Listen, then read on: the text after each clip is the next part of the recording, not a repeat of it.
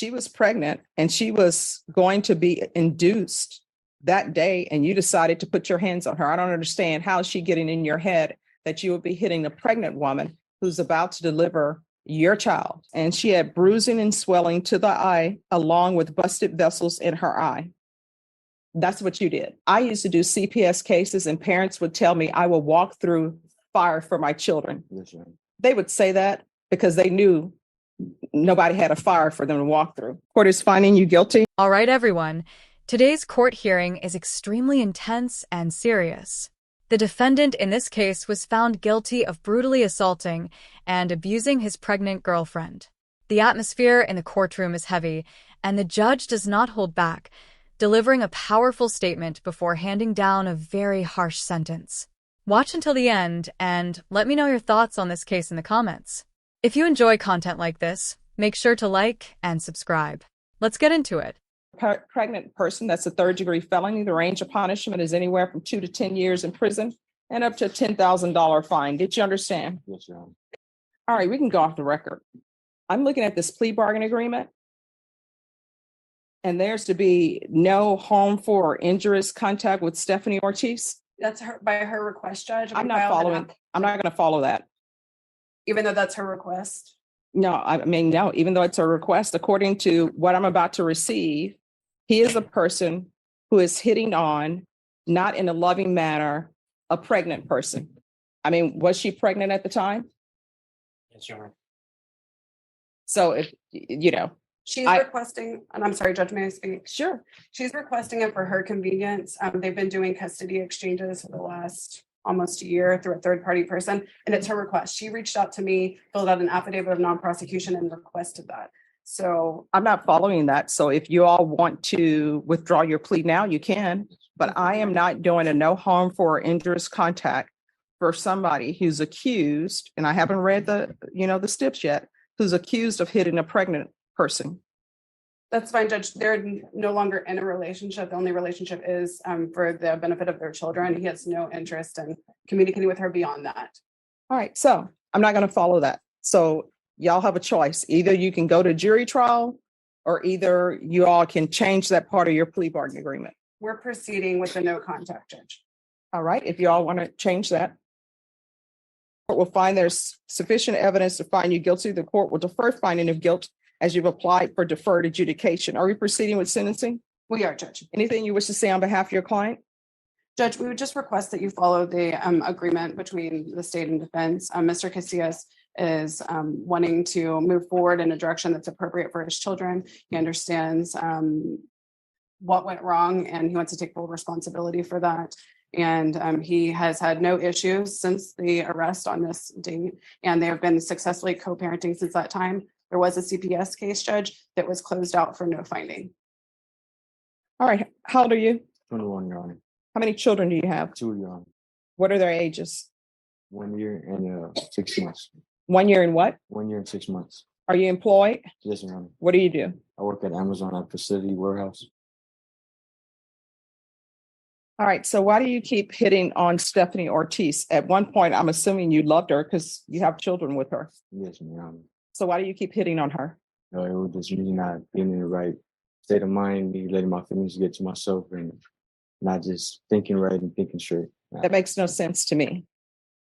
Your Honor, it was just my fault. I let my feelings get to myself, let her get in my head. And Let what? Let her get in my head, and I just reacted in a wrongful way. No, but I mean, you're up here hitting someone. Honestly, I don't even know why I should follow this plea, but your attorney is telling me that she's filed a affidavit of non-prosecution. But according to this, she was pregnant and she was going to be induced that day, and you decided to put your hands on her. I don't understand how is she getting in your head that you would be hitting a pregnant woman who's about to deliver your child. No, Your Honor, what that day was in the day we were supposed to get induced. But I believe the hitting was before that. So it was just the marks that had came about.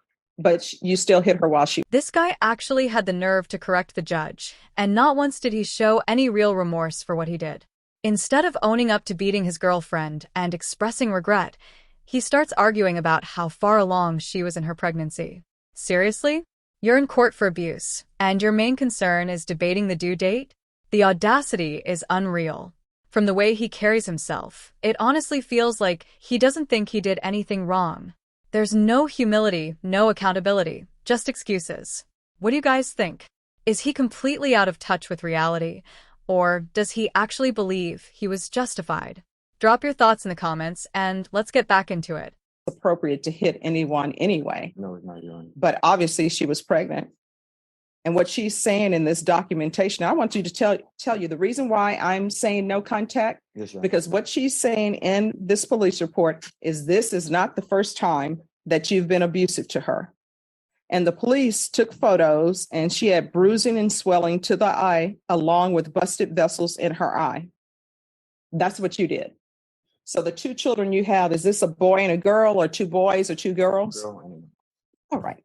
So what's your daughter's name? Sarabella. she's a year and 7 months. All right. So she's a year and 7 months. I guarantee you she knows that you've been abusive to her mom. Do you love your daughter I love her with all my heart. with all your heart? Would you do anything for her? I would, Your Honor. I used to do CPS cases and parents would tell me I will walk through fire for my children. Yes, Your Honor. They would say that because they knew nobody had a fire for them to walk through. Mhm. But I believe you when you say you love your daughter. Yes, Your Honor. So how would you feel if your daughter became of age and she ends up with somebody like you who hits on her? Would you be okay with that? I'll be very upset, Your Honor. And so your daughter is learning what it means to show love is to hit on people, and might makes right. Your Honor, that's You're going to have to change your ways. yes, You Your are Honor. not to have any contact with Stephanie Ortiz. And anybody else you get into a relationship yet, don't let them meet your publicist. Let them meet you and tell them, hey, want to let you know I had this abusive acts in my background, Yes, Your Honor. because then they can make an informed decision about whether or not they want to date you. You understand? Yes, Your Honor. All right, this is what the court is going to do. The court is going to sentence you to 6 years deferred adjudication. Just 6 years of probation? Honestly, that feels like a slap on the wrist. I understand that probation has its place, but for something as serious as assaulting your pregnant girlfriend, it seems incredibly lenient. In my opinion, this is the kind of case where real jail time should at least be on the table. Assault is already serious, but when the victim is pregnant, and especially carrying your own child, it makes the situation even more disturbing. What do you think? Is probation enough accountability in a case like this, or should there have been actual time behind bars? Let's get back into it. There's to be no contact with Stephanie Ortiz. There's to be the BIPP course, parenting classes, that can be with rainbows. There's to be 200 hours of community service restitution. That will be waived once he completes parenting classes. Regular reporting by Zoom or in person. Regular UAs. If you're drug tested today, what are the results going to be? Positive, Your Honor. And what are you going to be positive for? I mean, no, negative, Your Honor. Negative? Okay. So you haven't used anything. No, I- I think Amazon drug tests, do Yes, they yes, not? I'm done, Judge. Yes, ma'am. All right, there's to be regular UAs. I'm going to want field visits one time every 3 months. Proof of employment within 15 days. There's to be no employment as a home health care provider or with minors. There's an affirmative finding of family violence. Probation, is there anything else he needs? You already did mention the regular. Yes. All right, is there anything else you need from the court in order to be successful? Honestly, that felt like a miss from the judge, at least in my opinion. I just hope this guy doesn't end up hurting someone again, but I'm not exactly confident about that. Now, this next hearing is on a completely different level. We're talking about a 17-year-old who could be facing up to 99 years in prison if convicted. Yes, you heard that right, 99 years. At just 17 years old, he's in court for aggravated robbery. Think about that for a second. What were you doing at 17? Probably not staring down the possibility of spending the rest of your life behind bars. Let's dive in and see how the judge handles this young defendant. Understand in each cause number, you're charged with the offense of aggravated robbery. That's a first-degree felony. The range of punishment is anywhere from 5 to 99 years or life in prison. and up to a $10,000 fine. Did you understand? After reviewing states exhibits 1 and attachments in each cause number, the court will find there is sufficient evidence to find you guilty, and the court will find you guilty. Are you proceeding with sentencing? Yes, Judge, but ask to waive PSI. Anything you wish to say on behalf of your client? Just ask you follow the plea bargain here. All right. And the cause number ending in 2528, the court will find you guilty, sentence you to 5 years in the prison, give you credit for any time served. There's an affirmative finding of deadly weapon.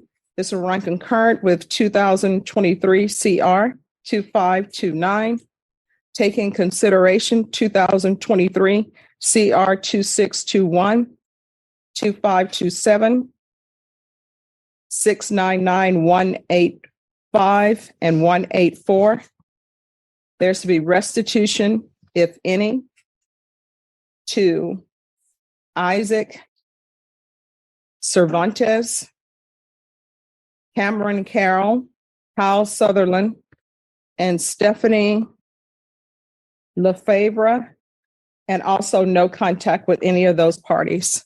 And then in cause number ending in 2529. And just like that, 5 years plus another 5 on top. He's now looking at a full decade behind bars for robbery. I get it, times can be tough. But stealing isn't the solution. There are other paths: getting a job, learning a trade, picking up part-time work. Anything other than putting yourself in a situation that could cost you your freedom. At the same time, he's only 17. That's still young, with a whole life ahead of him. Does that make what he did any less serious? Not really. But it does raise the question, is 10 years too much? Or is it a fair consequence for the crime? Some people might feel sympathy because of his age. Others will say the sentence fits the offense. What do you think? Does he deserve the full 10 years, or should there have been some leniency? Let me know your thoughts below, and let's see how he reacts to the sentencing. 2621, 2527, County Court cause number 699185, 184, no contact, and restitution to the following: Isaac Cervantes, Cameron Carroll, Kyle Sutherland, and Stephanie Lefevre. I'm pronouncing that name all sorts of ways. I apologize to Stephanie. All right. Did you review the document entitled Trial Court Certification of Defendant's Rights to Appeal with your attorney? Did you understand it, and did you sign it? Yes, ma'am. All right. Because this is a plea bargain agreement, because I followed your plea bargain agreement, and because you waived your right to appeal, you do not have the court's permission to appeal. Do you understand? Yes, ma'am. Because this is a felony conviction, you're not allowed to own or possess any weapons or ammunition. If you have a question over what a weapon or ammunition is, you need to speak to an attorney. Do you understand? Yes, ma'am. All right, we're off the record. How old are you? 17. You're 17 and you're doing this foolishness. Things, if you want things, you got to get a job so you can have things. You understand? Yes, ma'am. For a 17-year-old, you've chosen a hard road for yourself because you're going to prison, 17. And you're going to be in prison with a bunch of people who are there for murders and other things. When you go to prison, don't become institutionalized. You're 17, you still have a chance to make something out of yourself and do better in your life. So keep your head down and do your time and try to improve yourself. You can even take college classes while you're at the prison. And if you dropped out of school and don't have your high school diploma, you can get your high school diploma while you're there. So don't come out of prison having just... He's definitely a man of few words. He accepted the 10-year sentence and walked off without much reaction at all. No outburst, no visible emotion. It's hard to imagine what must be going through someone's mind in that moment. Personally, I'd like to think I wouldn't have put myself in that position to begin with, but everyone makes their own choices. What do you think? Is 10 years a fair sentence for aggravated robbery? It's a serious charge, and even though Judge Boyd is known for giving people second chances and sometimes showing leniency, this wasn't a minor offense. He was facing up to 99 years, so in that context, 10 years almost feels like a middle ground. I can't recall many cases where someone received probation for aggravated robbery. From what I understand, prison time is typically mandatory, but feel free to correct me if I'm wrong. So what's your take? Too harsh or about right given the circumstances? I always appreciate hearing your perspectives. Thanks so much for watching, and if you enjoyed the video, don't forget to like and subscribe for more content like this. Take care, and I'll see you in the next one.